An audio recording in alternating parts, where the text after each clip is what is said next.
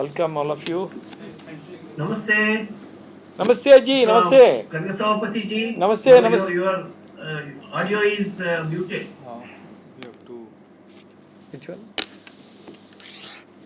It's put on here, I think. Namaste ji. No, no. Am I audible? अमृत थोड़ा professor साहब का audio mute कर दीजिए. Laptop से Okay.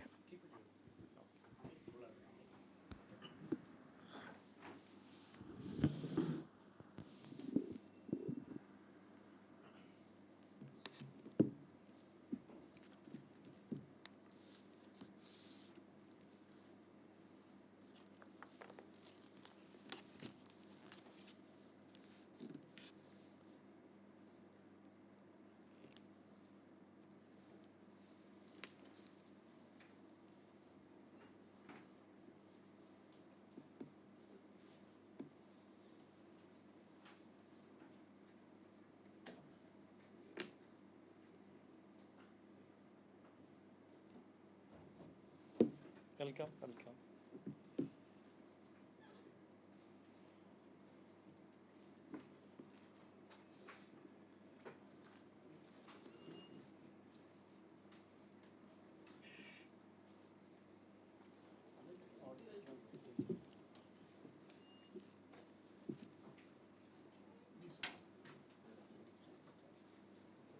Namaste, Professor साहब. Namaste, namaste. Madan Gopal ji, namaste.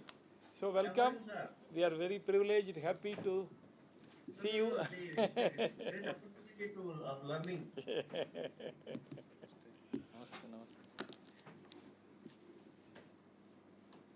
Sri Madan Gopal ji is our trustee and he retired as the additional chief secretary of government of Karnataka, IAS officer, very senior officer, and even today now he is holding important responsibilities.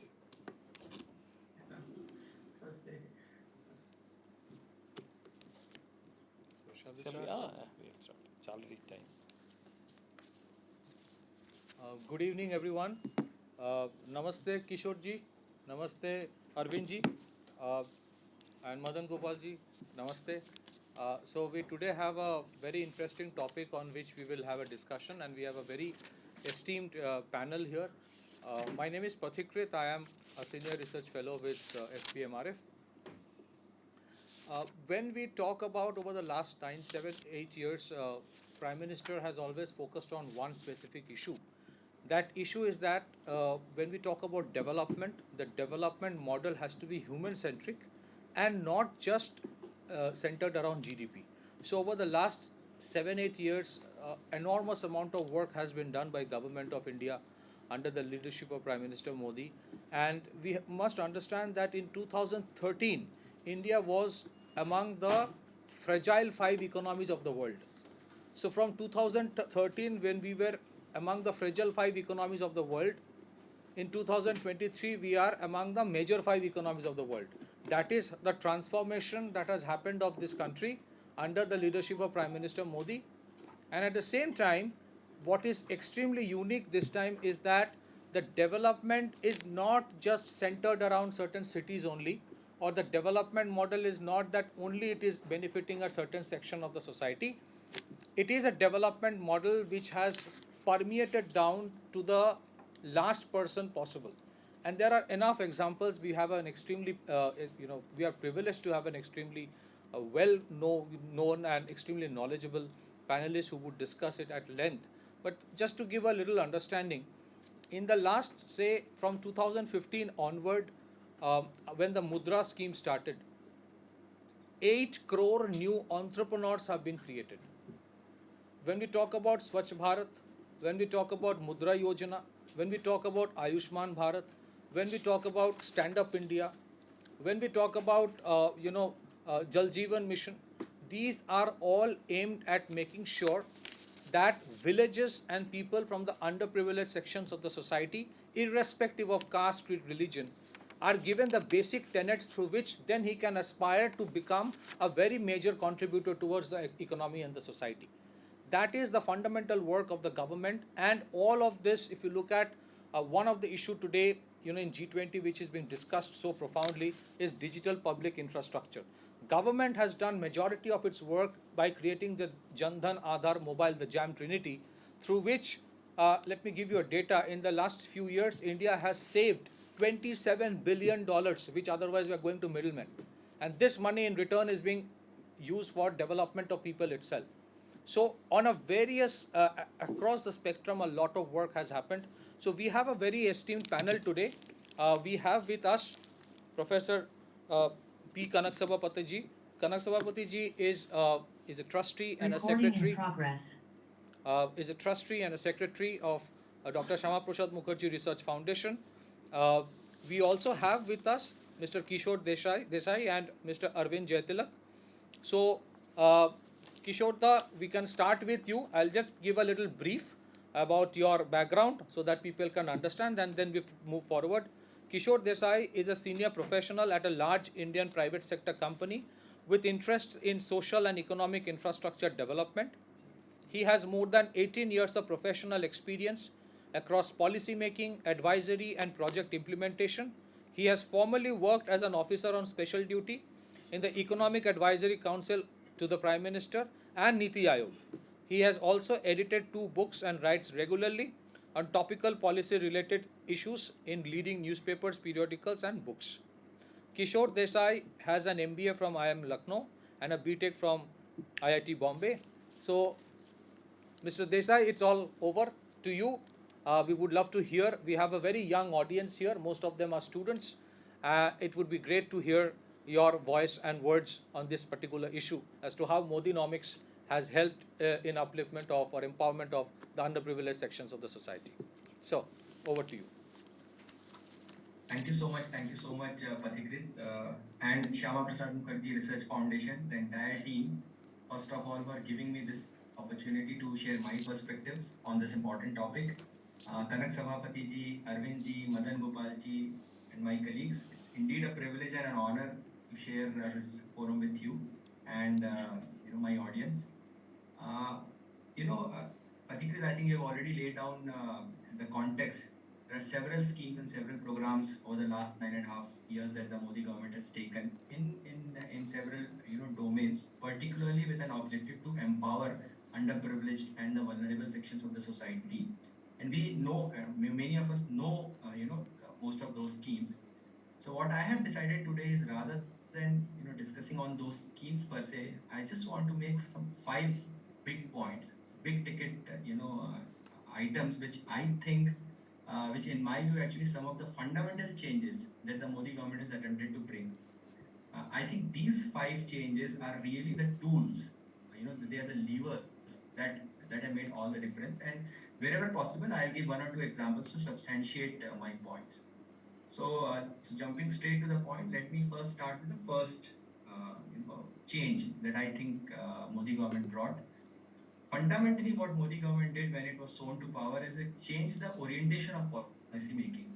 So rather than designing the policy from symptomatic treatment perspective, the focus of policy design changed to solving for the root cause. Now, what do I mean by this? Suppose any of us has fever. If we take paracetamol to treat the fever, that's the symptomatic treatment. That's superficial. Taking paracetamol may bring down the fever for a few hours, but if we do not treat the root cause of that fever, it could be either a viral infection, it could be allergy, it could be cold, whatever. Fever will come back again. I'll substantiate this with taking example of agriculture sector. Now this is a very important sector. Almost 50, in fact, slightly more than 50% of our entire population is engaged by agriculture, and 100% of the population is impacted by what happens in the agriculture sector because of its integrity with its link with economy. Now this sector for years had legacy problems. Most of the farms were dependent on monsoon for so they were rain fed. Access to irrigation facilities were bare minimum, they were quite less. So any bad monsoon, 1 or 2 years bad monsoon, created a lot of distress in the entire agriculture system, and particularly the farmers. Most of the farmers who did agriculture were small and marginal. So given that they were small and marginal, they had limited access to credit. So whenever they wanted to take money, loans for their inputs, they had to rely on loan sharks, which provided them, money at a very high cost. They could not access efficient, markets. How to sell their agriculture produce efficiently and how to access markets largely. They did not have access to storage. So if you the farm produce, in fact a lot of farm produce went waste because of lack of storage facilities. They did not have access to scientific techniques. So whenever farm distress happened in the past, governments used to focus on schemes like providing doles, freebies, and loan waiver was a very unique, I would say, very common policy design. And we have seen before the Modi government came, government spending a lot of money, thousands of crores of money, were public money, were spent on waiving of loans. Okay, they may have provided some short-term relief, but did they really cure fundamentally the problem that Indian agriculture and Indian farmers face? No. So the problems kept coming back again and again. What Modi government did since 2014, when it came to power, is that it sat, it put its head down and identified the basic root causes, and there are multiple causes, some of which I mentioned, and it tried to design policies which attack each and every of those root causes. So for example, irrigation, lot of emphasis was spent on, so there was a scheme that the government initiated called Har Khet Ko Pani under the Pradhan Mantri Krishi Sinchai Yojana. Lot of money and lot of energies were spent on increasing access to agriculture facilities, so that even if there is a bad monsoon, even if monsoon is not average, farmers could still access adequate irrigation, adequate water because of irrigation facilities. Even if even if there is a problem in the farm and farm crops go bad, the government implemented a scheme called Pradhan Mantri Fasal Bima Yojana, which kind of ensured and protected the farmers in case of any exigency. There was a scheme which was initiated called Pradhan Mantri Kisan Samman Nidhi, PM Kisan, which provided, rather than relying on loan sharks, it provided some cash so that farmers can use that cash in a dignified manner for buying their farm inputs. A scheme for creating new agriculture markets called E-Now, was launched, where farmers could now, from wherever they are, could access the entire country electronically. There was a 1 lakh fund called Agriculture Infrastructure Fund, which was set up, and the basic purpose of this fund was to create storage and logistics facilities so that farmers can use them to protect their crops after produce.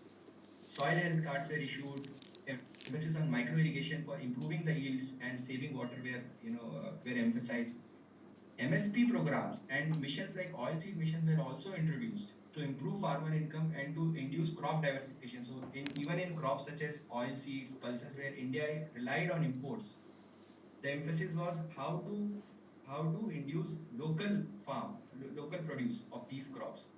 So I just wanted to allude to some of these schemes. This is not an exhaustive list, but the point I'm trying to say is, through these holistic measures, that what the government did is it attacked the root cause of the agriculture sector and the farmers.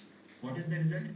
Today, even having, this year slightly the monsoons were not good, and over the last 9.5 years, the country faced bad monsoon, but our food production has consistently been increasing, and today we have historically high food production.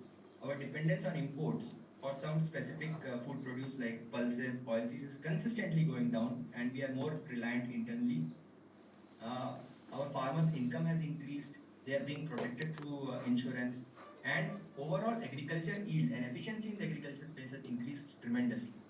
So, the point I'm trying to say is, through designing policy measures in a fundamentally in a manner that as a root cause is tackled, it changed the orientation of policy making. So that's the first point I wanted to make. The second point I want to say is the design, the shift of policy, the policy making shifted from a very departmentalistic approach to a whole of the government approach, which is an integrated holistic thinking. So you see, I am actually working for a large, for an Indian company, which is a large infrastructure development company. We work with central government, we work with public sector companies, we work with state governments on developing and building several large-scale infrastructure projects. For example, we are building expressways for the National Highways Authority of India. We are building some railway stations for Indian Railways. We are also working on a particular project for the Mumbai-Ahmedabad bullet train.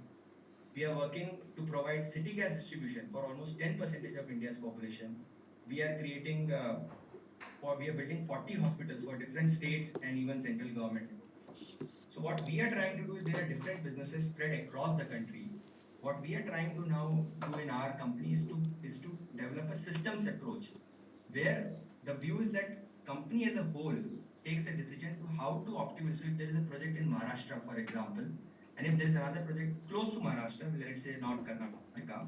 So what we are trying to do is if certain resources have been deployed on the Maharashtra project, labor, machines and any other inputs, how do we optimize for our Karnataka project so that overall we are able to deliver the projects in a cost optimal and in a high quality manner. This is exactly Modi government is doing at a much larger. This is entire government, so our scale is a very small scale. We are a private company. Modi government is adopting this whole of the government, an integrated approach for the entire government. So how is it doing? I'm just giving you one example. Let's take Pradhan Mantri Awas Yojana. Now this is the scheme through which government is trying to provide housing for all the beneficiaries in the country. This is for affordable housing. Now for a particular beneficiary, house is important, but besides the house, the beneficiary will also need an electricity connection, which is being provided by through the Ministry of Power. They will also need a water connection. There is a Har Ghar Nal Se Jal scheme. So this is being implemented by Drinking Water and Sanitation Ministry. They will also need access to energy. So there's Ministry of Petroleum, Natural Gas, which is through Ujjwala Yojana providing free and subsidized LPG. It will also need electricity. So so the point is, what Modi government has done is rather than that beneficiary is. So one approach is that beneficiary has to run to 5 different departments. So for housing, it has to run to, let's say, Ministry of Urban Development or Ministry of Rural Development. Then for gas, it has to run to Ministry of Petroleum. They have integrated. So the government is actually integrated. So rather than the beneficiary running to 10 different ministries and applying for different things, the entire government has come together into one platform. And if the beneficiary is to be allotted a house, these different elements are now packaged into one. So I think that is a very important initiative, a very smart initiative that the government has taken, which has actually led to a huge, I would say, ease of living for these beneficiaries, for the poor and the vulnerable beneficiaries. We have seen this style of working in even the Swachh Bharat mission. While the administrative ministry, the ministry which was doing Swachh Bharat mission, was Ministry of Rural Development and Ministry of Urban Development. Other departments of the government, like Ministry of Child and Women and Child Development, Ministry of Education, they were working to create toilet facilities in schools and anganwadis. Ministry of Petroleum and Natural Gas was trying to create toilets at their petrol pumps. Ministry of Railways were trying to provide clean toilets in trains and in railway stations. So the entire government was working rather than having an approach कि okay ये तुम्हारे department का ये काम है, ये इस department का काम है. Entire government says कि ये हमारा काम है. So entire government works together with one objective. So that is the second point I would like to say. Third point, now this is something Pathikrit you alluded to. What the government has done is very smartly, step by step, they have created systems and tools which are now enabling it to scale public service delivery very fast and very efficiently.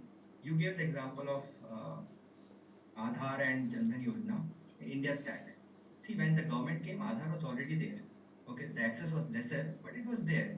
What the government did was, it started this Pradhan Mantri Jan Dhan Yojana scheme, seeded Aadhaar with Jan Dhan, and smartly used that system to provide direct benefit transfer to all the beneficiaries. Now, the impact of this integration, this building block, is that the system of reaching out to the beneficiaries, providing help, providing benefits to all the beneficiaries becomes so clean, so transparent, and so fast that it has led to so much of, and you mentioned this number of $27 billion. I was also doing my research. What I noted was there are almost 330 different schemes of the government which are now on the direct benefit transfer platform. So far, almost 23 lakh crore has been transferred. More than 4 crore fake ration cards have been identified and action taken. More than 4 crore LPG connections have been identified. So, so solid efficiency, such a solid efficiency has been brought in. and which is scalable. The second is UPI. After demonetization, once the government created the UPI, this Unified Payment Interface, now it has revolutionized the entire commerce. Even for buying, let's say, small things like chai, pani puri, none of us keeps cash. Even the chai walas, pani puri walas, chaat walas, vegetable vendors, all of them will have this standee with a QR stack. People go and they just use that QR code. Today, 50% of world's digital financial transactions are happening in India. Can you beat that? I mean, it's such a great, fast scaling up of such a system.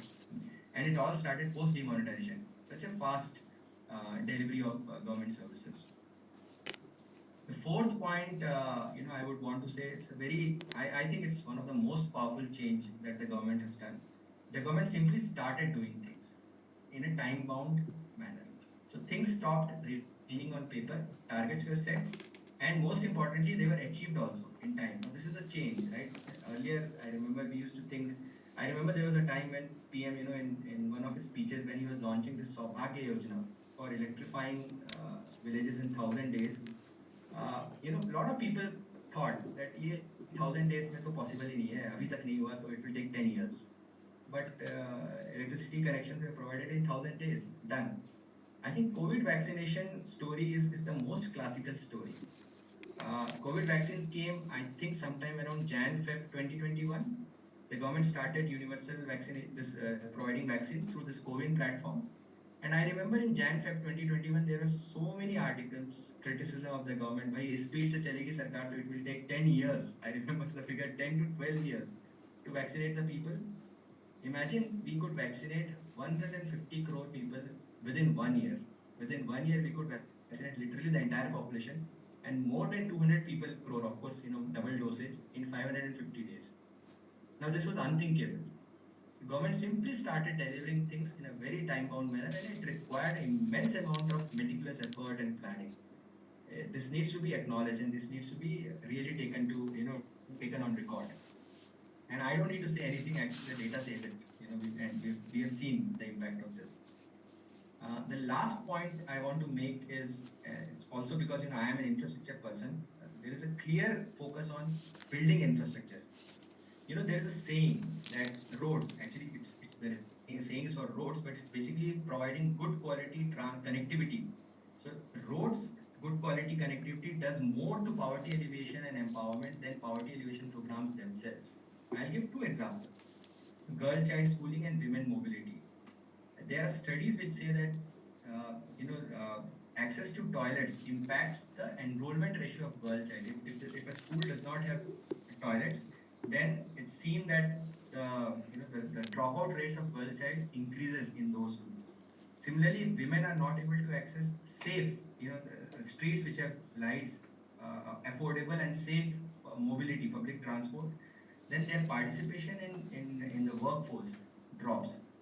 What government has done over a period of last 9.5 years? It has emphasized creation of high quality infrastructure across the country, rural, urban, across the country.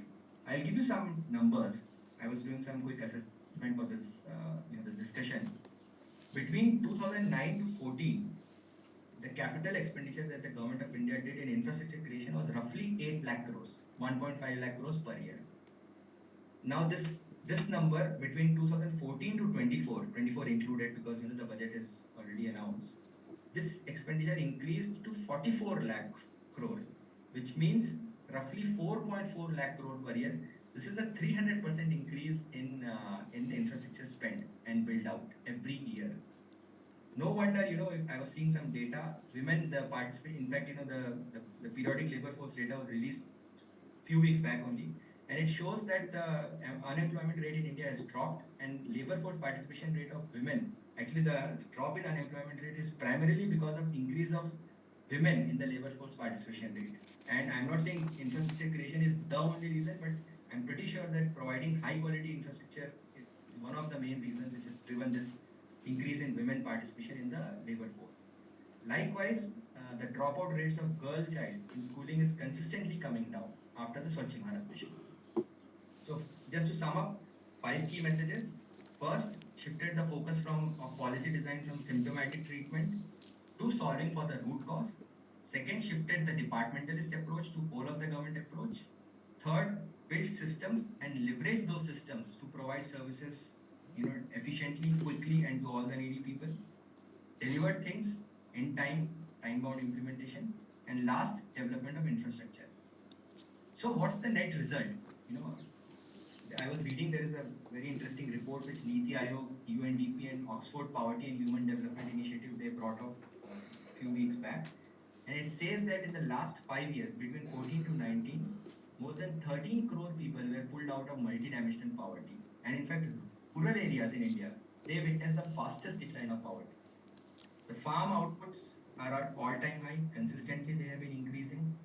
Access to basic infrastructure, be it roads, electricity, health insurance, bank, gas cylinders, toilets, schools, etc., is more or less saturated. There may be few gaps here and there, but more or less every Indian, despite the economic background, caste background, can access high-quality basic infrastructure.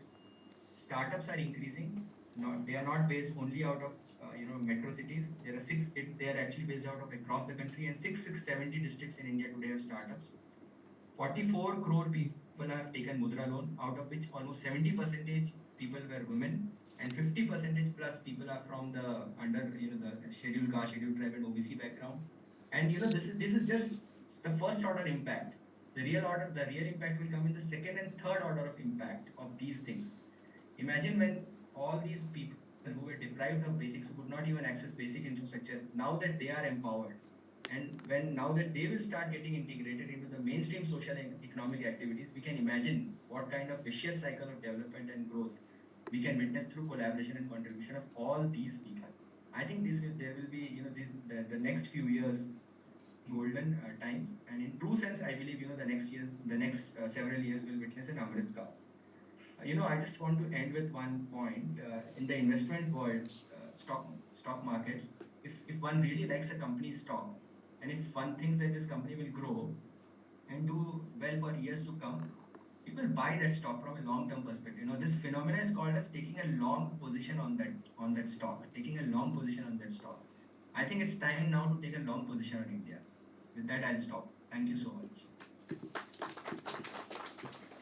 It was an excellent presentation, Kishorji. It was so precise, and I'm sure everybody enjoyed it, the way you have connected the things. Just to give a small perspective in terms of an example, till 2022, in the whole of year 2022, the total amount of transactions through the digital route in India was $1.5 trillion. It was more than what happens in United States and the major economies of European Union. And remember, many of these countries were laughing and mocking us when this entire digital revolution was started after the demonetization. And look at the transformation that has happened today. In fact, on infrastructure, why the Prime Minister has focused so much on infrastructure, John F. Kennedy in the 1960s had once said that America has good roads not because it is rich, but it is rich because it has good roads. That is the transformational thinking which is beyond the 5-year election process. Because many of the things that the government has done under Prime Minister Modi, it may or may not give result in 5 years. But in 10 years, 15 years, you see the fundamental transformation, and that's why you see a certain section of deep states of other countries are very worried. They're creating this unrest and all kinds of problems, trying to project. I was here seeing one of these indexes were trying to project India as below Pakistan, Bangladesh, and Nepal in hunger index. Can you imagine? Understand the motive. So anyways, thank you so much, Kishore ji. We will now have a presentation by Arvind ji. थोड़ा सा brief दे देता हूँ Arvind ji के बारे में. And thank you Kishore ji for finishing it within 20 minutes. It was so very nice of you. Arvind ji एक वरिष्ठ पत्रकार है, लेखक है, राजनीतिक विश्लेषक है एवं टीवी में वो डिबेट में आते रहते हैं और देश के विभिन्न प्रतिष्ठित समाचार पत्रों में सामाजिक, आर्थिक और अंतर्राष्ट्रीय मामलों पर नियमित अपना लेख देते हैं अरविंद जी.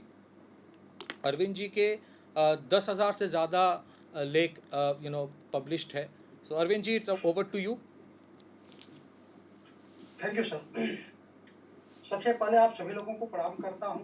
इस कार्यक्रम के जो आयोजक हैं उनको भी तहे दिल से शुक्रिया अदा करता हूं. जो पाठक हैं और जो दर्शक हैं, जो श्रोता हैं, उन सबको भी इस कार्यक्रम से जुड़ने के लिए धन्यवाद देता हूँ। मैं अपनी बात जो है अगस्त 2010 से शुरू करना चाहता हूँ, जब गोदामों में अनाज सड़ रहे थे और सुप्रीम कोर्ट में एक रिट फाइल की गई थी। तब जो है जस्टिस दलवीर भंडारी साहब और जस्टिस दीपक वर्मा जी की खंडपीठ ने कहा कि जो अनाजों में, जो गोदामों में अनाज सड़ रहे हैं, उनको गरीबों में बांट दिया जाए। तब कृषि मंत्री शरद पवार जी थे, उन्होंने हाथ खड़े कर दिए और जब उनकी आलोचना हुई तो उन्होंने कहा कि देखिए, ये जो सुप्रीम कोर्ट ने जो केवल सलाह दिया है, मुझे आदेश नहीं दिया है। बाद में सुप्रीम कोर्ट ने कहा कि नहीं, मैं इसको आदेश दिया हूँ, बावजूद इसके जो है गोदामों में सड़ रहे अनाज को गरीबों तक नहीं पहुंचाया गया, न तो बांटा गया। दूसरी तरफ देखिए, जब 80 करोड़ लोगों तक वो राशन पहुंचता है, उन लोगों तक जो हाशिए के लोगों तक जब राशन पहुंचता है, तो किस तरह से नैरेटिव बदल जाता है और किस तरह से लोगों को लगता है कि यह जो मौजूदा सरकार है वो सर्वहारा की सरकार है, हाशिए के लोगों की सरकार है, वंचितों की सरकार है। मैं अपनी बात जो है तथ्यों के साथ साथ जो है अनुभव पर और आंखों देखा हाल पर मैं करना चाहूंगा। मैं वक्त और वो दौर भी देखा हूँ। मैं गांव से आता हूँ, जब लोगों के घर में भोजन नहीं बनता था, शाम के वक्त जिसके घर से धुआं नहीं उठता था, तो मान लिया जाता था कि उनके घर भोजन नहीं बनता है। उनके घर के बच्चे जो है बार बार चूल्हे तक जाते हैं, बाहर निकलते हैं, माँ से पूछते हैं कि खाना बनेगा नहीं बनेगा, माँ की आंखों में आंसू आ जाते हैं। लेकिन 2014 के बाद जिस तरह से हाशिए के लोगों का जीवन बदला है और लोगों के पेट तक जो अन्न पहुंचा है, यह दर्शाता है कि जो एक कल्याणकारी राज्य की जो अवधारणा होती है एक संसदीय प्रणाली में, उसको मोदी जी की सरकार ने किस तरह से चरितार्थ किया है। आमतौर पर विपक्षी दलों द्वारा जो कहा जाता है कि नहीं, यह जो है राशन जो है पॉपुलिज्म है, लेकिन शायद ये उन लोगों पर क्रूरता करते हैं जिनके लिए जो है ये सर्वाइवल, जिनको जीने के लिए यह जरूरी है। लेकिन वो राजनीति कहते हैं ना कि बहुत ही निर्मम और निष्ठुर होती है। शायद इस देश के लोग, मुझे तो लगता है कि वो जो गरीब तबके के लोग हैं, हाशिए के लोग हैं, उनके भी खिलाफ है। आमतौर पे एक वक्त था जब आप किसी के हाथ में बैंक का पासबुक होता था तो माना जाता था कि बहुत अमीर आदमी है, पढ़ा लिखा आदमी है, नौकरी पेशा आदमी है, और उसके गांव में बड़ी इज्जत होती थी, कस्बों में बड़ी इज्जत होती थी, और वो आदमी जो है उस पासबुक को लहराता हुआ चलता था। गांव के लोग देखते थे तो कहते थे कि ये भद्र व्यक्ति है। लेकिन मोदी जी ने आत्मसम्मान के साथ जिस तरह से जनधन खाता खुलवा करके 50 करोड़ लोगों के हाथ में पासबुक थमाया है, उन लोगों को उन कतार में खड़ा कर दिया है जो कि भद्र कहे जाते थे, जो आत्मसम्मान से सिर ऊंचा करके जीते थे। उन लोगों की कतार में आज जो है गांव की जो गरीब गुरबे जो जनता थी, जो बैंक की तरफ देखना भी शायद जो है हिम्मत नहीं जुटा पाती थी, बैंक के गेट की तरफ वो कदम रखना तो दूर की बात है। आज वो जो है पूरा सीना तान करके बैंक में जाती है, अपने जनधन खाते के बारे में बात करती है। और देखिए, कहा जाता था कि सरकार जो है ये खाता केवल यूं ही खुलवा रही है, लेकिन आज की तारीख में जो है 2 लाख करोड़ रुपया जो है जनधन खाते में है। लोग अपनी बचत, छोटी छोटी बचत करके किस तरह से उस बैंक में जमा कर रहे हैं और अपने आने वाले जो जो बुरे दौर हैं उसके लिए सोच करके, विचार करके रख रहे हैं।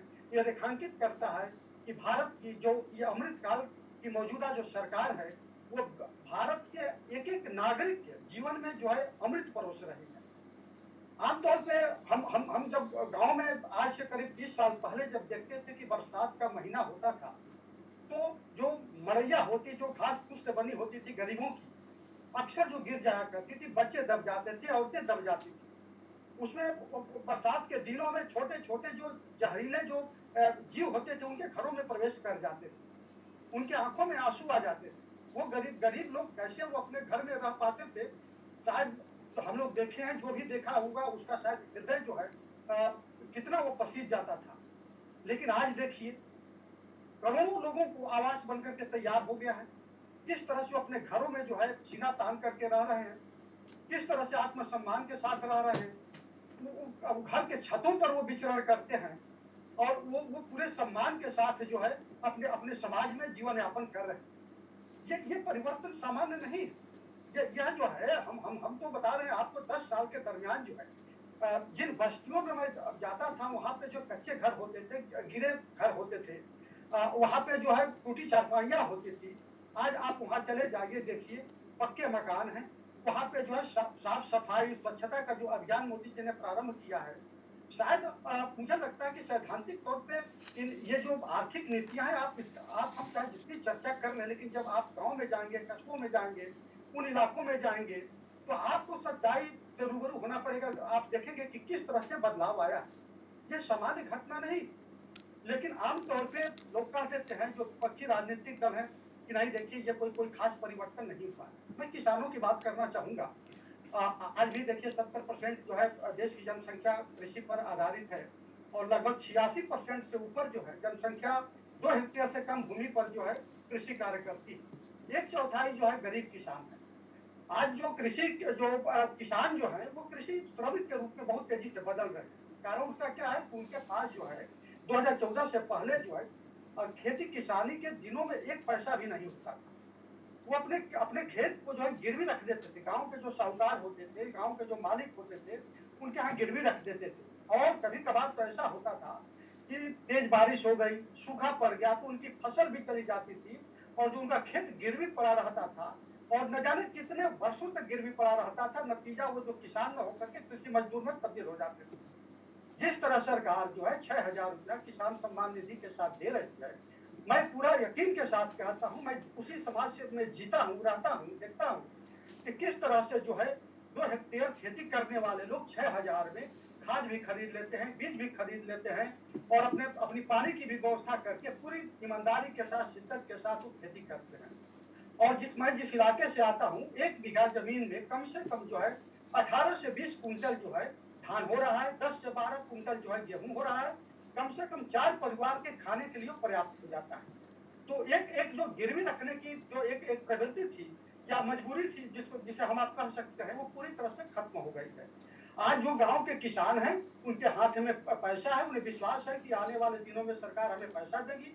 और मजेदार बात एक और है कि जब किसान खेती करते थे तो उनके फसल की कोई गारंटी नहीं होती कि वो फसल जो है बाढ़ से चली जाएगी, सूखे से चली जाएगी, कोई आपदा से चली जाएगी।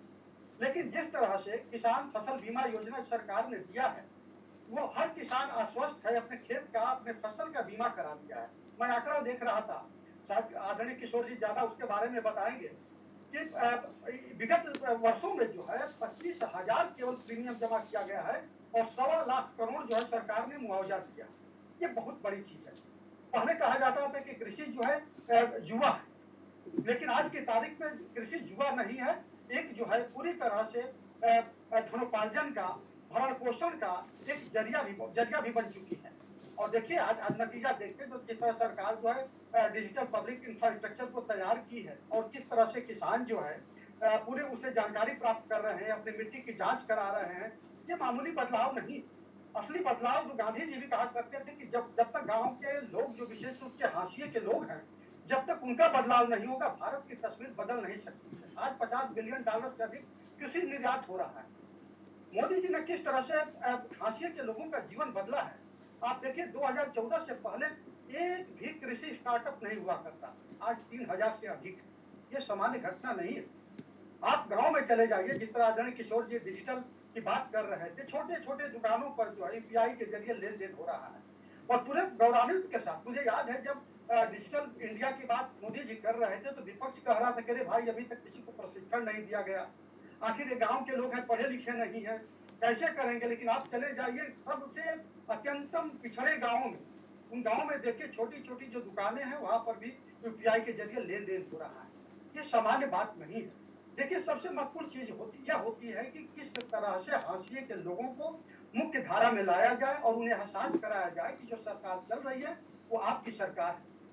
जिस दिन मोदी जी ने संसद के दहलीज पर माथा टेका, उसी दिन इस देश के गरीब हाशियों ने समझ लिया कि मेरा व्यक्ति वहां पहुंच गया है, मेरी तकदीर को संवारने वाला व्यक्ति पहुंच गया। और आपने देखा, हम लोग के यहाँ कौटिल्य के अर्थशास्त्र में लिखा गया है कि प्रजा सुखे सुखम राज्य प्रजा जनम हिते हितम, यानी प्रजा का सुख ही राजा का सुख है। मजेदार बात यह कि यहाँ कोई राजा नहीं, यहाँ तो प्रधान सेवक है, वो चौकीदार है, वो प्रधान सेवक। वो कहता है कि मैं तो जनता का नौकर हूँ, मैं जनता के लिए काम करता हूँ। यहाँ कोई शासित और शासक का रिश्ता ही नहीं है। यह तो हमारी जो एक सनातन प्रवृत्ति, जो मूल्य था वह जो है पूरी तरह से जो है यहाँ परिलक्षित होता है। हम लोग जब अपने पिछले जब इतिहास को पढ़ते हैं राजाओं महाराजाओं की, तो कुछ ऐसे उदार राजा थे जो रात में जो है देश बदल करके जाते थे और जनता के बीच और पूछते थे कि भाई यहाँ का शासक किस तरह काम कर रहा है। आज मोदी जी की जो मॉनिटरिंग प्रणाली है, जो सिस्टम है, जो पारदर्शिता है, वही जो है परख ले रही है कि किसके खाते में पैसा जा रहा है, कौन बेईमानी कर रहा है। और एक व्यक्ति भी जो है चाहे कि सत्ता में बैठ करके, सिस्टम में बैठ करके हम किसी का हक मार लें, यह संभव ही नहीं है। मुद्रा योजना की आदरणीय किशोर जी ने बात की, किस तरह से लोगों के, जो लोग बेरोजगार थे, जिनके हाथ में फूटी कौड़ी नहीं थी, उन पैसों के जरिए जो है अपना किस तरह से आगे जीवन के गाड़ी को बढ़ा रहे हैं, ये सामान्य घटना नहीं है। दूसरी महत्वपूर्ण चीज की, दुनिया में कोई भी, आपने देखा कि एथेंस, स्पार्टा बड़े राज्य थे, वहाँ के जो शासक थे उनका नैतिक पतन किस तरह से हुआ कि पूरा राज्य साम्राज्य सब खत्म हो गया। मोदी जी आए दिन एक प्रयोग धर्मी की तरह, एक संस्कृति धर्मी की तरह अपने मूल्यों को, जो हमारे भारत राष्ट्र के जो मूल्य हैं, उसको साथ लेकर के जिस तरह से विकास को जोड़ते हैं, वह जो है केवल डेवलपमेंट ही नहीं, बल्कि एक आम आदमी, हाशिए के लोग हैं, ये महसूस करते हैं कि हम राष्ट्र के अंग हैं। हमारी जो एक संस्कृति जो है वह राष्ट्र के लिए समर्पण भाव के को चिन्हित करती है, उन विचारों को आगे बढ़ाती है। तो हर एक व्यक्ति की जो है राष्ट्र की मुख्य धारा, आमतौर पर हम लोग पहले सुनते थे कौन नृप हो, हमें क्या हानि, राजा कोई हो क्या फर्क पड़ता है, लेकिन नहीं, आज आप गांव में जाइए, पूछिए राजा कौन होगा, तो लोग कहते हैं कि हमारा मोदी होगा। लेकिन दुर्भाग्य है इस देश का कि अभी भी ऐसे मानसिकता के लोग हैं जिनकी नजर में ये लगता है कि सरकार की जो योजनाएं हैं उसका कोई जो है जमीन पर वह जो है उभरता हुआ नहीं दिख रहा है। तो खैर ऐसे मोतियाबिंद पाले हुए लोगों की बात नहीं करनी है, क्योंकि राष्ट्र की जो जनता जो होती है वही जो है राष्ट्र निर्माण की पूंजी होती है, और उसी से राष्ट्र जो है आगे बढ़ता है। और एक अच्छी बात है कि मोदी जी जो है उन्हीं लोगों को साथ लेकर के 140 करोड़, आप देखते हैं, हम देखते हैं कि जब कहीं भी बात होती है तो एक पहले हुआ करता था कि लोग अपना श्रेय लूटते थे। आज मोदी जी कहते हैं कि नहीं, ये पूरा श्रेय जो है 140 करोड़ जनता का है। यानी जो भारत की जनता जो है, जो सरकार की जो नीतियां हैं, उससे अपने आप को जोड़ रही है। देखिए मजेदार बात की, गांव के कम पढ़े लिखे लोग भी अपने हक के प्रति कितने जो है जागरूक हुए हैं कि वहाँ जो लेखपाल होता है, जो ग्राम सेवक होता है, तहसीलदार होता है, सीएम होता है, जाके उससे सीधे बात करते। पहले क्या होता था कि लोग हाथ जोड़ करके जा करके खड़े हो जाते थे, और वहाँ पे जो है बीच में जो दलाल टाइप के लोग होते थे, जो जो हक और हकूक को आम लोगों तक पहुंचने नहीं देते थे, उनकी भूमिका खत्म हो गई थी। निसंदेह जो है यह जो पूरा जो है देश बदल रहा है, और 2014 के बाद जो है जिस तेजी से जो है भारतीय समाज बदल रहा है, निसंदेह यह मोदी जी को श्रेय जाता है। धन्यवाद। बहुत शुक्रिया अरविंद जी। इसके बाद जब हमारा सेशन ख़त्म हो जाएगा स्पीकर्स के बाद, we will have a short question answer session. We would now request doctor P Kanak Sabhapati ji to enlighten अस, थोड़ा सा ब्रीफ उनके बारे में। Dr. Kanak Sabapati ji is a BJP leader from Tamil Nadu. He is an author and writer with academic backgrounds, involved in the activities of public and service organizations for many years. He was associated with the Swadeshi Jagran Manch, holding different responsibilities, including as a member of its All India Working Committee. Presently, he is a state vice president of BJP Tamil Nadu. Earlier, he was holding responsibilities such as the official spokesperson and the state president of the intellectual cell. He was also a part of the state election management team and the manifesto committee during the different elections since 2016. And sir is also the secretary of Dr. Shama Prasad Mukherjee Research Foundation and a trustee. Sir, over to you. Thank you.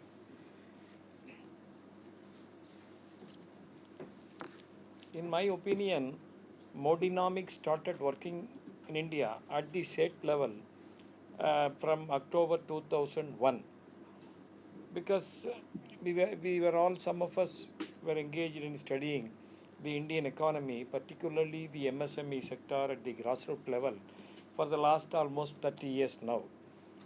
So Modi ji, after he became the chief minister in 2001, no, he invited us in 2003, June, July, after almost 1.5 years of his governance at the state. So when he invited us, we went there. He asked us whether you can study the Gujarat kite business. Gujarat kite business at that time was a cottage business. So it was very small, but he was very particular that he should improve the business of business.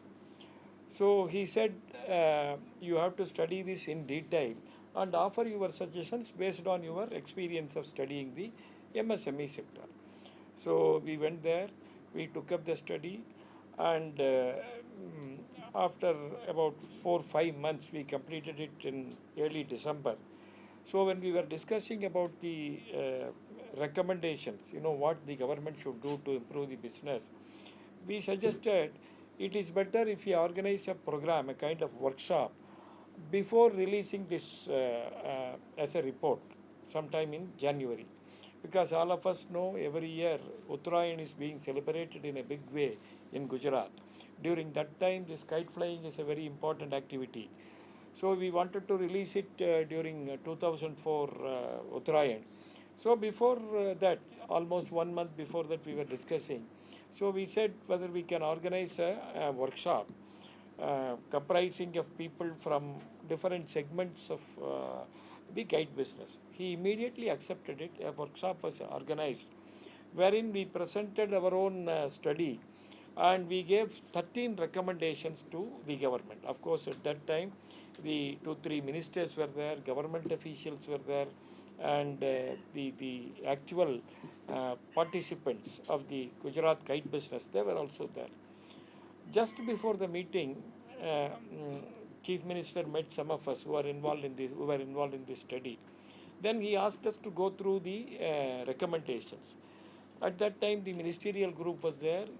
Initially, even at the beginning, the Chief Minister, the then Chief Minister, organized a group of IAS officers also to help us. And we were all there, about 10 of us. So I was going through the recommendations. Then he said, you discuss it with the participants, the kite makers, different categories of kite makers. And then immediately, if the government feels, these are some of the recommendations which we can immediately accept. So as a result, that day itself, out of 13 recommendations, 9 were accepted, even before the recommendations were officially submitted. And this is Modinomics. And before that, even though we were doing this work for so many years, no government invited us. That too, particularly to study a small cottage business like kite business. So as a result, today, at that time, the kite turnover, business turnover, in our estimate was about 30 35 crores. Now it should be around 900 crores. I don't know exactly. It could be a little more also. So this is the kind of method with which he works. So a small business, kite business, that too here we have to understand that the persons who were working in that business were largely women. Women from the minority community, particularly at the kite making level. So he wanted to improve the lives of those people, and that is the reason why, he undertook this exercise. So for the first time, I personally understood how Modinomics worked at the grassroots level. And this is how he started his work, in my opinion.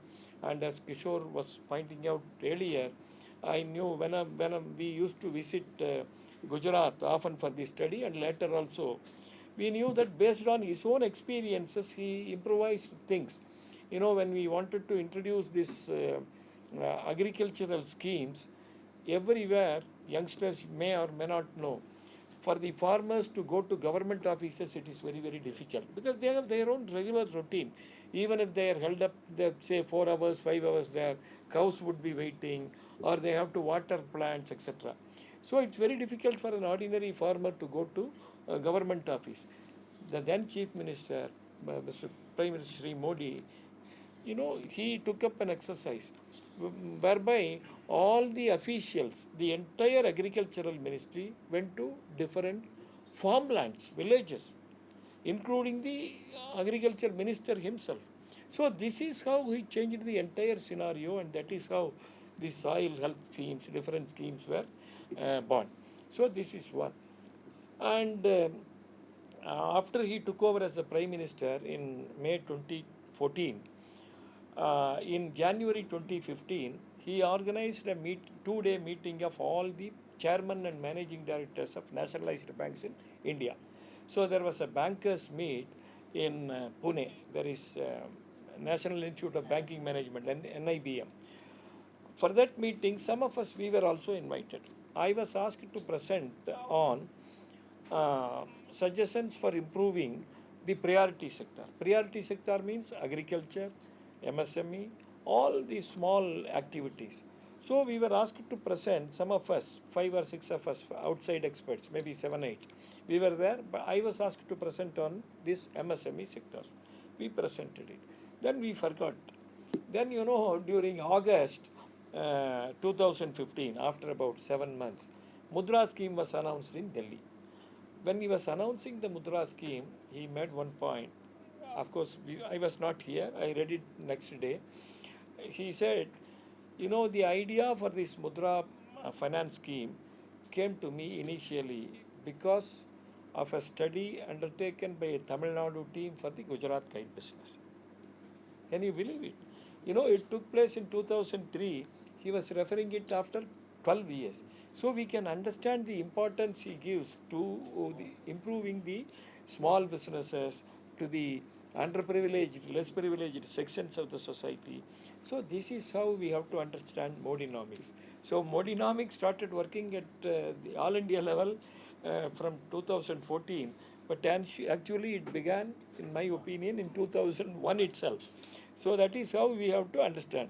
And we all know, recently I went through a study by State Bank of India, this research team, on this Mudra. Earlier, our friend Mr. Kishore pointed out, the SBI report is very important here because it pointed out several things with regard to this Mudra scheme, particularly for the underprivileged sections. The SBI report says superior credit culture among diversified groups started after introduction of Mudra, mainly from the bottom strata of the society. So the idea of Modinomics is to help the bottom sections of the society, less privileged sections of the society. I'll give just one or two details to highlight how Modinomics works. Even if we take this Mudra scheme, if we take the amount dispersed, it was rupees 1.3 crores during the financial year 2016. Now, this year, 2013, it was 4.5 crores. So, from 1.3 crores to 4.5 crores, more than 3 times more in the last 7 years. If you take the average size of loan, it was about 38,000 in 2016. Now it is 72,000. You can understand the scale with which, speed with which, the scheme has been growing. And it's mentioned that there are 3 type of loans under this Mudra scheme. One is Shishu, that is up to 50,000. You will be happy to know that the highest disbursement is happening among all the 3 schemes in the Shishu schemes. That means people who borrow only up to 50,000 rupees. They are very small people. They are very, very small people. So the highest disbursement is happening only in Shishu scheme. This is undertaken by what we call the so far neglected social segments like scheduled caste, community people, scheduled tribe, women, OBC, etc. And the next scheme is called Kishore. It is between 50,000 and 5 lakhs. The third scheme above 5 lakhs. You see here, this Kishore scheme, consistently the number of women getting loans are increased. Consistently it is going up. So as a result, the report says empowering the grassroots level has been one of the most remarkable feat of the Mudra schemes. So this is what we have to understand. We have to know. And as far as Modinomics is concerned, it is not just concerned with announcements, but actual happening. Last year, 22-23, if you take the amount sanctioned and the amount dispersed, 98.65%. You announce an amount and disperse it. Many times it happens, disbursement would be about 30%, 40%, but here 98.63%. So this is Modi economics. This is really helping the very ordinary people of this country. And I would like to mention just two points briefly, because we would like to give our participants to voice their own opinions and making comments. You know, if you take this Jan Dhan scheme, it's one of the most revolutionary schemes. It entered the Guinness Book of World Records also for the number of persons getting enrolled. So far, more than 50 crores accounts have been opened. And at that time, I remember when Prime Minister Modi introduced this scheme, many people commented, you know, he is asking people to open accounts. Those who have not even, who do not even have the money to open their accounts, whether it is 500 or 1000, 2000, this is the minimum account required. So he introduced this zero scheme as a zero deposit scheme. So people were ridiculing this particular scheme. But you know how much money they have in their accounts, deposits now? More than 2 lakh crores. 2.055 lakh crore money is within this account. So this is what we have to understand. So as a result, you know, some of us, we are going to local villages, different places, and they feel that they got empowered. So they, you know, a woman having an account, a rural woman having an account, because 55% of the account holders are women. You know how much empowerment they have got. So this is a very, very important aspect of it. And all of us know this Ujjwala scheme was introduced particularly to mainly to help women from the uh, um, below poverty line families, BPL families. You know, they've given the details who are all eligible to get this. If you go through, you will understand people from SC, scheduled tribe families, very, very ordinary families. So far, more than 9.6 crore people have been provided with this. And we, all of us know, again, if you see the average LPG consumption of these very poor families, it has increased by 20%. 20%. So it is not just announcement of schemes, it is benefiting people at the ground level. So this is what we have to understand. So here, as a result, what is happening? One, Patikrit was pointing out earlier that the number of entrepreneurs increasing. Now the number of entrepreneurs are getting increased. As a result, unemployment is decreasing. You might have seen, many of you, some 10-15 days back, there was a report um, based on NSO, National Statistical Office details. You know, it takes these details from what we call this periodic labor force survey. Now, since 2017, this survey is being used as a result of the government schemes. Today, unemployment has fallen to 6-year low, lowest in the last 6 years. So during July 22 to June 23, the unemployment rate was 3.2%. While in the so-called developed countries of the West and other places, unemployment rate has been increasing, particularly after Corona, because they are not able to manage their economy. Here, we have not just managed the economy better, but unemployment rate has been falling down. So this is Modinomics, and very recently I want to mention this. The Prime Minister has introduced a scheme called Vishwakarma Yojana. All of you may be knowing. You know, as we have seen across the country, that in thousands of places, there are clusters. You know, clusters are business centers or industrial centers dominated by these traditional, talented, skilled artisans everywhere.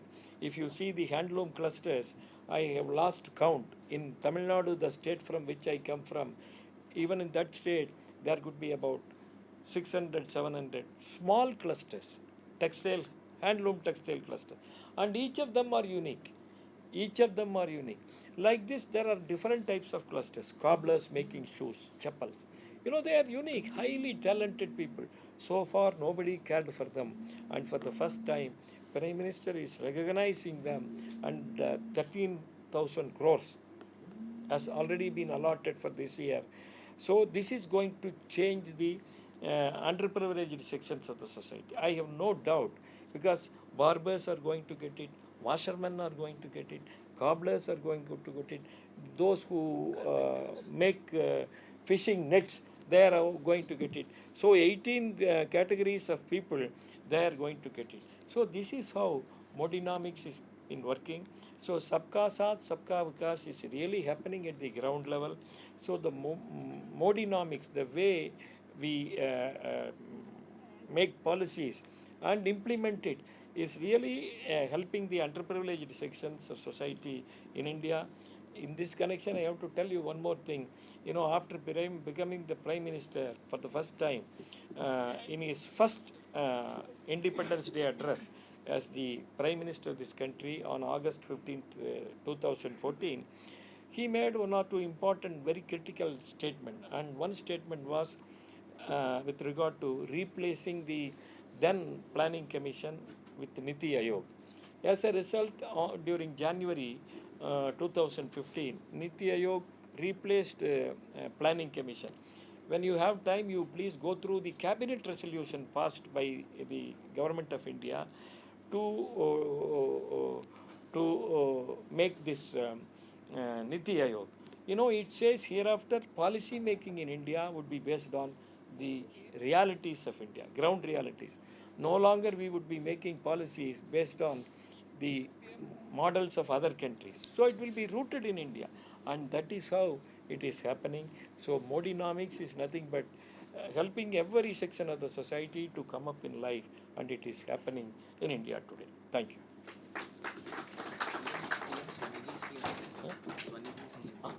Thank you, sir. Before I ask Madan Gopal ji to give the closing remarks, just a few pointers I wanted to make. We must understand that when Government of India decides to do something, you know, the quantum of what has to be done is almost 10 times, 15 times more than what European countries will have to do, or what US will have to do, considering the population. And yet, under the leadership of Prime Minister Modi, the way the COVID was managed is unimaginable. अभी भी US में चिरकुट दिया जाता है कि तुम्हारा vaccination हो गया, and you have a full-fledged app which we are. These are the templates what Kishore ji, Arvind ji, and sir all mentioned today. These are the templates for global South countries today that India is saying, look, don't expect all solutions to come from developed countries. We have things which are being used in other countries today. Many countries are showing interest. And on the issue, two important observations I want to make. I am personally a witness to a situation around, say, 15 years back, when somebody who was from an underprivileged section went to a bank. I was there in that bank that particular time as a customer. वो bank manager के पास जाके पूछा कि sir मुझे account खोलना है, तो bank manager ने कहा कि पैन कार्ड ले आओ. तो उसको पता नहीं था पैन कार्ड क्या है. बोले सर पता नहीं पैन कार्ड क्या होता है. अच्छा पैन कार्ड नहीं है तो पासपोर्ट ले आओ. And invariably, most of the time, I am not trying to accuse anyone, you would see the local money lender sitting there. फिर बोला जाता था इन्हीं से ले लो ना. इसको चार्ज में लगा. Charge. And let's understand, as a country, we have always been entrepreneurial. You had 40% of our population were always self-employed. It is the culture of only depending on job that came with the colonial era. So today, what the Prime Minister has tried through Swanidhi or Vishwakarma or micro enterprise Mudra Yojana is that you create livelihood at the grassroots level. Let me give an example before I request Madanji to give the closing remarks. There are almost 4.5 crore to 5 crore almost micro enterprises in this country. Sir, jaise kaha artisans. Suppose a small tailor shop. Suppose a small, person having a handicraft shop. Now, in that kind of a scenario, most of the time they never had access to what is called institutional funding. They never had access to institutional funding. They never got loans from the bank. Thanks to Jan Dhan Yojana, thanks to Mudra scheme, now they're getting loans. इससे हो क्या रहा है आप समझिए. When some people say jobs कहाँ है, if there are 5 crore micro enterprise, suppose if 3 crore of them have taken loan, and if all 3 crore were employing one person, and after taking the institutional loan, expansion is what they are thinking of. If they employ one more person, then how much employment are they creating? they're creating livelihood for 3 crore more people.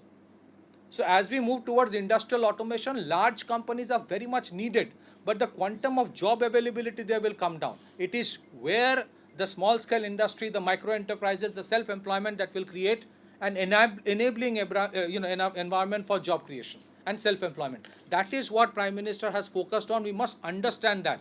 Every time opposition says, "Arey, EPF number बढ़ नहीं रहा है," somebody who gets livelihood, not everybody will have an EPF number.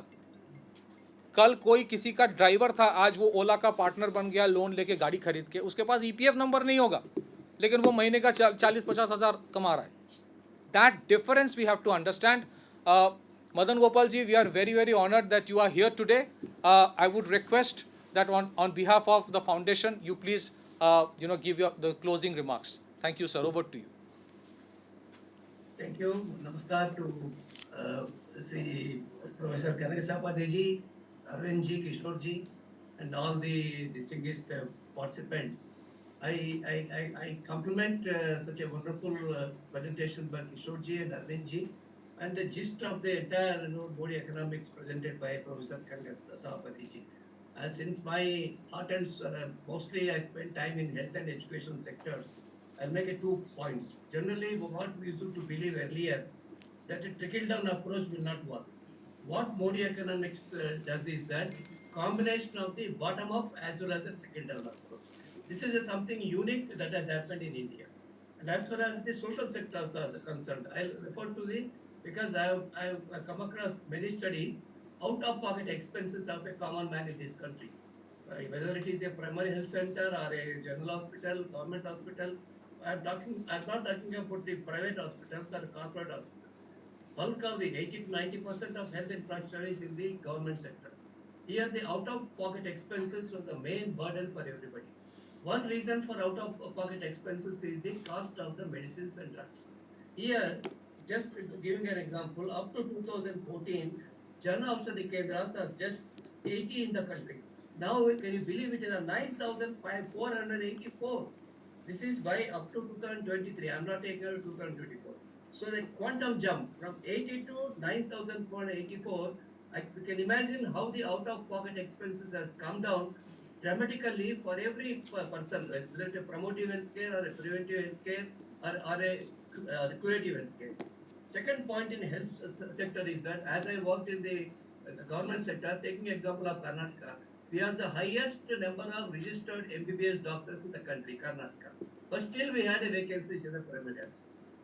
So still vacancies in the community health centers, vacancies in the general hospitals. Because this is this to address this problem, the way the medical seats, can't believe that up to 2014, total medical seats, I'm talking of MBBS, were 82,466. Now it is 1,52,129, almost double. I'm saying that increasing the number of seats next 4 to 5 years, nobody will talk of vacancies in the primary health center where the critical healthcare, primary healthcare is provided. Third important thing I want to talk about education, NEP. I was a chairman of a task force in Karnataka for implementation of school education, index-centered approach. This is something very unique. Whether it is a preschool education, where 5+3+3+4, we're talking about that all over India, because rural children, they didn't have access to preschool education. So the urban, semi-urban children, middle class, upper middle class, we send our children to nursery, LKG, UKG, and put our children in the class 1. Whereas the rural population, people from SC/ST communities, minorities, directly the child comes to the class 5 without the preschool experience. So there is a learning gap. This learning gap continues throughout the life. This problem is addressed in the NEP 2020, where the 3 years of preschooling is brought as part of the school education system. And another important sector is that multidisciplinary approach in technical education. I was a chairman of our engineering college. Now I am associated with the NIT Nagpur as the chairman of the BOG. I am seeing that. I interact with the students. Again, next week I will be there. So where the confidence among the students, among the faculty members, among the professors, they see that their perspective on technical education has changed dramatically. This is an impact of NEP. Why and welfare schemes? Because when I'm talking about the bottom-up approach, whether it is a CAFOD connections, rural houses, Ujala, or the toilets for the women, or the Jandan Yojana, direct payments, or the PMAY, and all this, something it is a social sectors as seen as something revolutionary transformation, which is not seen since 1947. Because we have a segmented approach, now the as integrated approach brought us such an important changes in the social sectors. This I think as the crux of the Modi economics, because we may talk about yes, infrastructure required, airports are required, railway stations are required, roads are required. Yes, no doubt about it. But when you talk about the bottom up approach, where the significant population of India lives in the bottom, their economies, their empowerment, their confidence, their belief of a self-reliance that has improved dramatically. I'm saying that this is the crux of the Modi economics. We are fortunate that we have a this has to continue. I'm sure because once the process starts, aspirations are increased. So no one is trying to take back the train because it has to go in the fast forward only. I am sure Mode Economics has already brought a very significant visible changes in India, which is visible to seen by everybody. Somebody with biased guys with a false narrative, they may say something, but nobody cares for false narratives. The truth is shall prevail. With this, I compliment my colleague, secretary of the foundation, Sri Professor Kanaka Savapati ji, all the distinguished panelists and the participants. Thank you so much for now. Before we move towards a brief question answer session, we must also understand that all kinds of social developmental work can only be done if the quantum of tax revenue, if the quantum of GDP increases. And that's why it is also, we must acknowledge and compliment the government for its process for economic reforms, because otherwise we would not have become a $3.7 trillion economy, and probably in the next 2, 3 years, 4 years, we will become a $5 trillion economy. It's only if your economy grows that you can provide all kind of, there is something, what once one of the top IT, companies founder once said that if you want equal distribution of wealth, then first of all you have to create the wealth.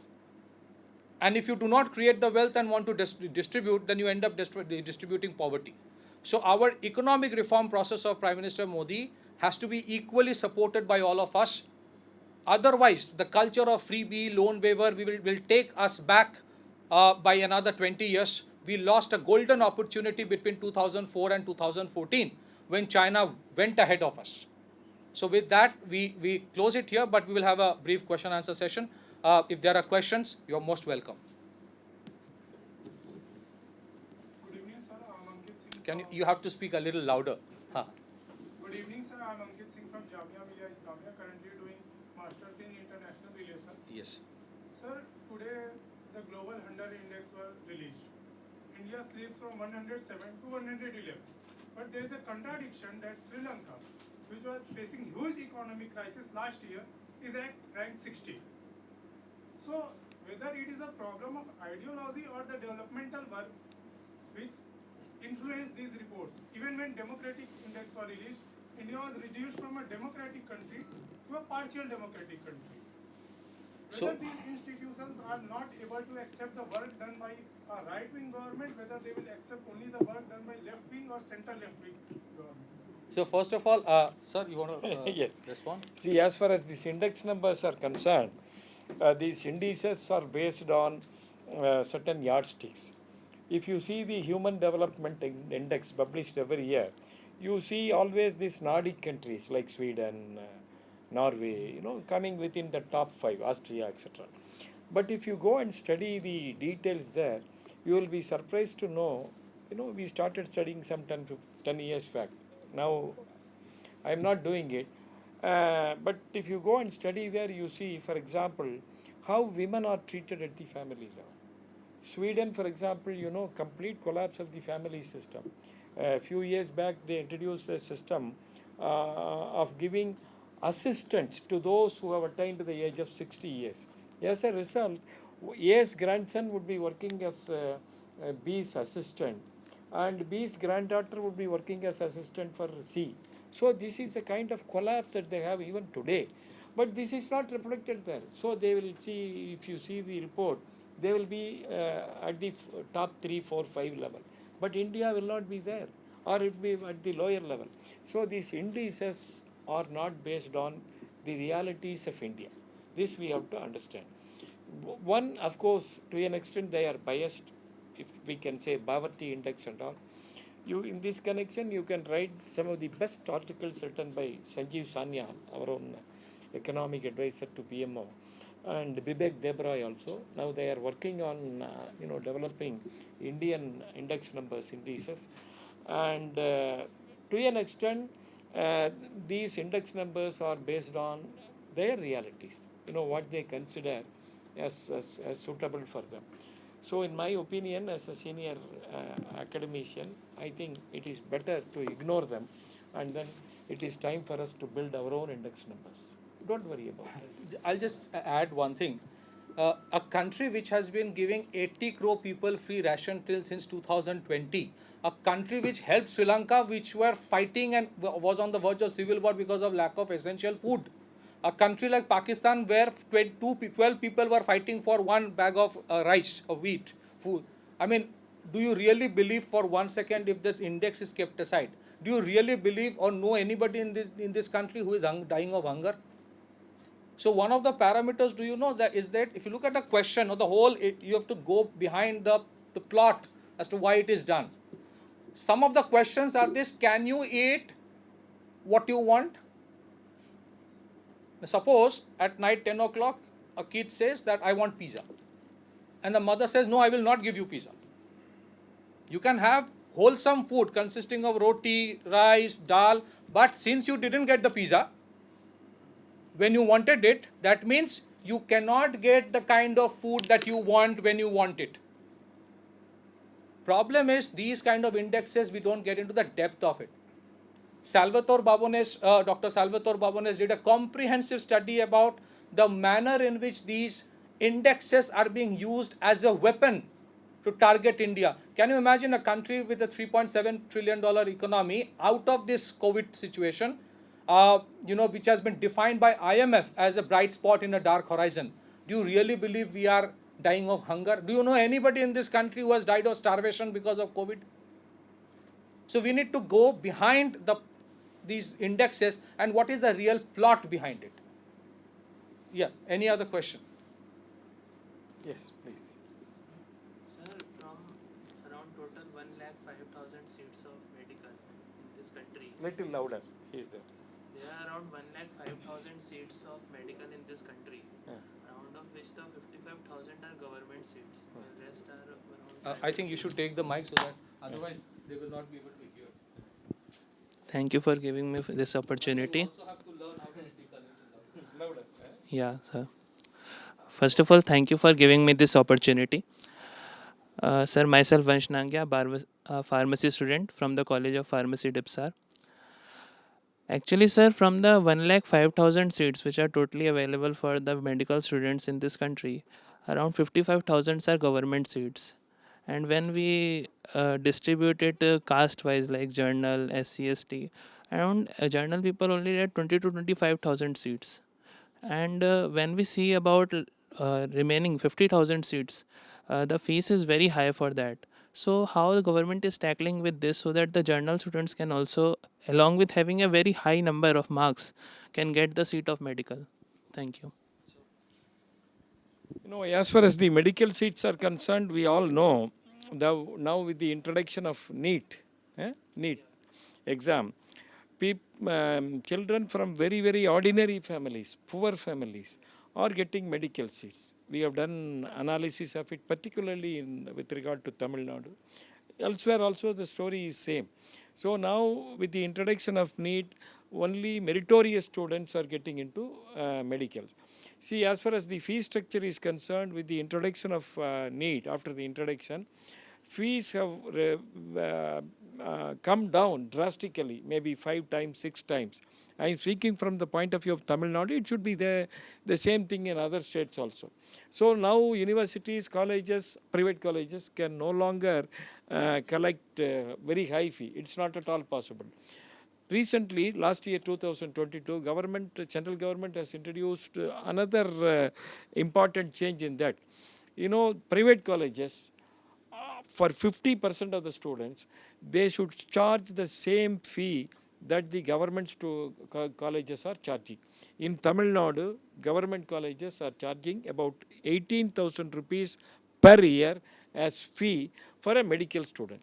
So now private colleges also should charge the same amount. This is, and the first point I said was, earlier it was in crores, because in states like Tamil Nadu, maybe to an extent, in Karnataka also, there are very many private medical colleges that used to collect crores of rupees. Now it is not possible. Now, in my opinion, as far as I know, there are three levels. One is for government institutions, second private institution. Even among private institutions, there could be premium institutions. So if somebody wants to go based on marks only, the maximum that is charged in Tamil Nadu is maximum 4.5 lakhs. Government fee 17,000, 18,000. So even in the private institutions, now they are asked to charge only for 50% of the students only this government fee. So things are improving. Sir, if I may add, I think last year our Honorable Prime Minister announced about one district, one medical college. Yes, yes. And budget has also been allocated for it. Yes. Now it will take some time, but the work has already Started. So the aim is to open one medical college in every district. Yes, yes, yes, yes. And also to my friend there, if you see about the index that was released today, it is given by a NGO in Ireland and and Germany. And if you look at the people who are funding those NGOs, you will get your answer. The 90-year-old rich, old, dangerous person who is 90-year-old. I'm sure we all know. I also want to add small thing. We can have a discussion later on when we have a high tea. Yes, yes. Any other question? In fact, we should have some question for Arvind ji, Kishore ji, and Madan ji as well. Yes. Haan. I have a question. As we have shifted from primary sector to the tertiary sector directly, but now we are more into the manufacturer sector. So there are so many MSME coming up. So as we have seen that those companies or which are small level, but they have in kind of middle range, not very large, not even MSME category, but to avoid labor law and the incentive of banks, they are not actually giving the permanent contract to the pupil because the threshold is 200. If you are in the 200 pupil, you are getting as a permanent employer, you have to obey the labor laws, and you will not get the bank incentives, not relaxation tax slabs. So those people are giving only 199 people as a permanent contract and keeping all those people as an informal sector or as a gig part of economy. So do government think about the relaxation, extending the number of people as a permanent contract to the 200 to 400, so it will give more relaxation to those people, and MSME sector can grow further. Well, I think, I would request Kishore ji, if he's here, or Kishore, Yes, yes. so Kishore ji, have you heard the question? Could you hear the question? Kishore ji, his question is basically that there are many companies which are somewhere between being. I'm actually shifting connections. I would make just 2 points. One, and hello. Yeah. Yes. Please. Hello. Yes, yes. Yeah, I'm sorry. I'm just just stepping out, so there's some connection issues. Yeah, so I just wanted to make 2 points. One, I heard the question, and see, it is not possible to design practically a system which cannot be manipulated by Indians. See, there is an intent of the government, but people start limiting themselves just to take some advantages. I think what government is trying to do is government is trying to ensure that everybody is able to take proper advantage. But there has to be some limit, right? When you define an MSME or an SME, there has to be some limits. If people are taking undue advantages of those limits, then I would say that will be that happens. It's very difficult to actually design a system which is completely not prone to such issues. Now you ask the question whether the government is thinking to change the definition. I'm not sure because I'm not part of the government. But the point I'm trying to say is the way government thinks while making policy is that it targets every sector so that every sector is able to get optimal benefits. So the scheme may not be for those people who have 200 employees, but this scheme may be best for those people who have, let's say, around 100 employees or even less than employees. So that that range is always there. So this is the point I'm trying to make. Right. And I think some reforms in the labor market are also being brought about. A comprehensive labor reform is being brought about. We have time for one more question. Uh, if anybody, just keeping the gender parity in mind, if any of our women participant, if you want to ask any question. Yes, please. Sir, on the same question, in us, I'm a lawyer. Little louder, little louder. I'm an advocate. Ah. I have completed my LLM from Faculty of Law, University of Delhi. So, in our profession, there is always a advertisement for any post from any law chamber within like a tagline ki remuneration will be as per industry standards. But there is no industry standard in our professions. And we are getting around 10,000 rupees as a remuneration in a month. So can government form any policy or law particularly for this profession? Legal profession.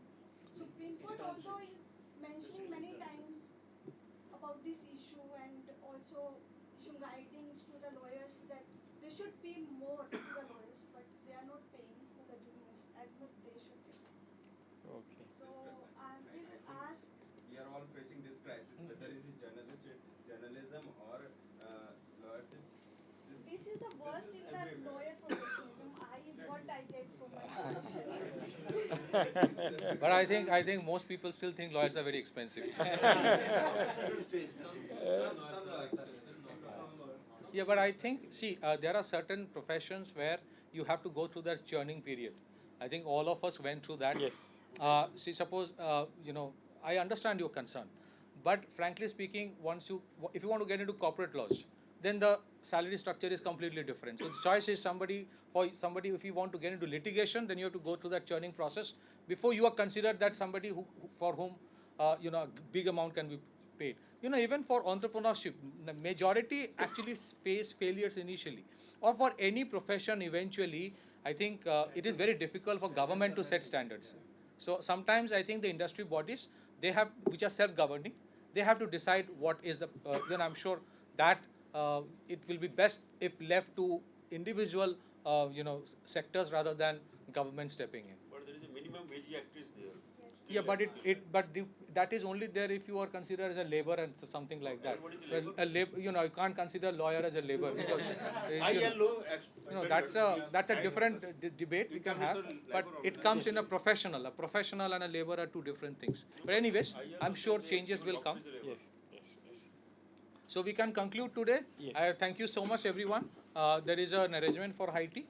Please have it, and then we'll meet again. Thank you, Madan ji. Thank you, you very Arvind ji. much. Thank you, Kishore ji, for such wonderful presentation. And thank you, sir, for being here. We would love to see all of you together one day in the campus, so that we can felicitate everyone. But today it's only for sir because physically he's only present.